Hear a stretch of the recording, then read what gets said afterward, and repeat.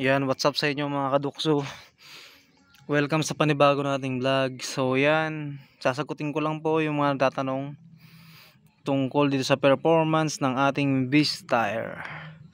So 4 months niya na po mahigit simula nung in-upload ko yung video.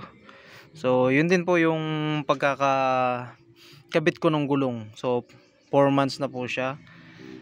Ito na po siya ngayon, guys. Ito yung bato. Kuhatin natin Ayan maliit lang. Madumi lang kasi. Medyo na siya, guys. Manipis na. Ayan kung makikita nyo. Ayan na Pero makapal-kapal pa rin naman. So sa mga nagtatanong kung makapit ba tong Beast Tire, makapit din talaga siya, guys. So dahil ano nga siya soft compound. Yung sa mga hindi po nakakaalam daw nung soft compound, na pagkakaalam ko po, yun yung mga ginagamit sa pang racing para makapit yung gulong nila. Yun po yung pagkakaalam ko correct me na lang po if I'm wrong. So ito po yung likod. So sa nagtatanong naman po kung sulit din ba, kung matagal maupod or mabilis ba. So ito po kasi, although 4 months ko pa lang siya nagamit, talagang pabalik-balik kasi ako sa Nueva Ecija tapos sa nakadalawang balik pa to ng Nueva Vizcaya sa may Bambang. Tapos palagi ako sa kasiguran, tapos gamit-gamit din dito sa bahay. So talagang long drive din talagang halos linggo-linggo rin itong biyahe nitong noong December So ang natakbo na po nito ngayon, kung hindi ako nagkakamali, mga kulang-kulang 8,000 na po Kasi nung nagpalit ako ng gulong, natatandaan niyo yun, parang nasa pa lang siya noon, parang nasa 43,000 kilometer yata, ganun. Ngayon nasa na siya nasa 53,000 na siya, or magpi 53,000 kilometer, di ba?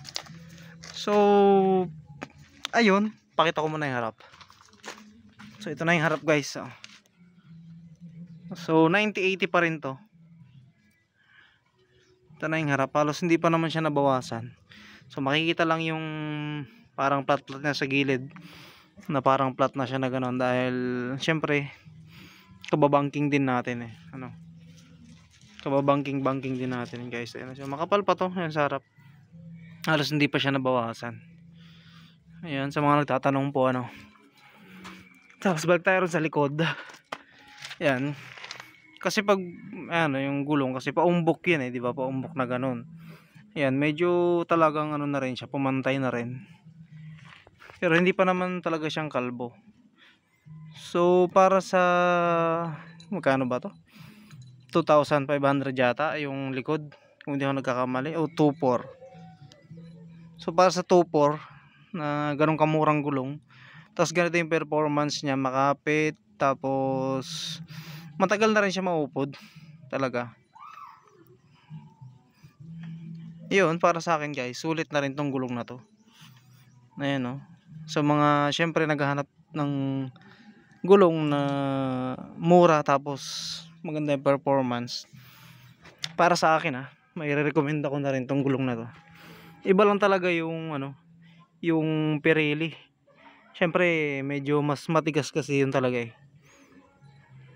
mas matagal talaga maupod. Syempre yun ang naman dun, talagang mahal, may kamahalan siya kung kumpara dito sa may Beast Tire.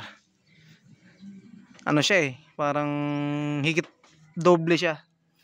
Nasa, kung ang nakikita ko kasi sa mga parang kulang-kulang na yata siya ng 5,000. Ganoon na siya dati nung bumili ako, parang nasa 4,000 lang yata yun, o mahigit lang siya, 4,000. Kaya nag-switch din ako dito kasi wala naman akong trabaho ngayon. Tapos ang mahal din ng gulong, di ba? So yun, maraming gumagamit itong gulong na to kahit yung iba na may pera, talagang nagsuswitch din dito. Kahit nga yung mga vlogger, di ba, na sikat na, sila Reed, tapos sila Sweet Potato, yung mga yan, Katagumpay, Yan yung ginagamit nila guys eh. Hindi lang nila ini-endorse. Hindi lang dahil ini-endorse nila kaya nila ginagamit, kundi talagang maganda rin siya. So ayan, sa mga nagtatanong, testingin nyo guys. So ito yung review ko para dito for 4 months and above na ginamit ko na siya guys. So okay pa rin, makapal pa rin, tsaka makapit din siya talaga. Subukan ko naman na sa kababangking to, tsaka sa basang kalsada, maganda rin siya guys, hindi siya dulasin talaga. Yun, so yun lang mga kadukso, like, share, subscribe. Maraming salamat po sa inyo, bye bye.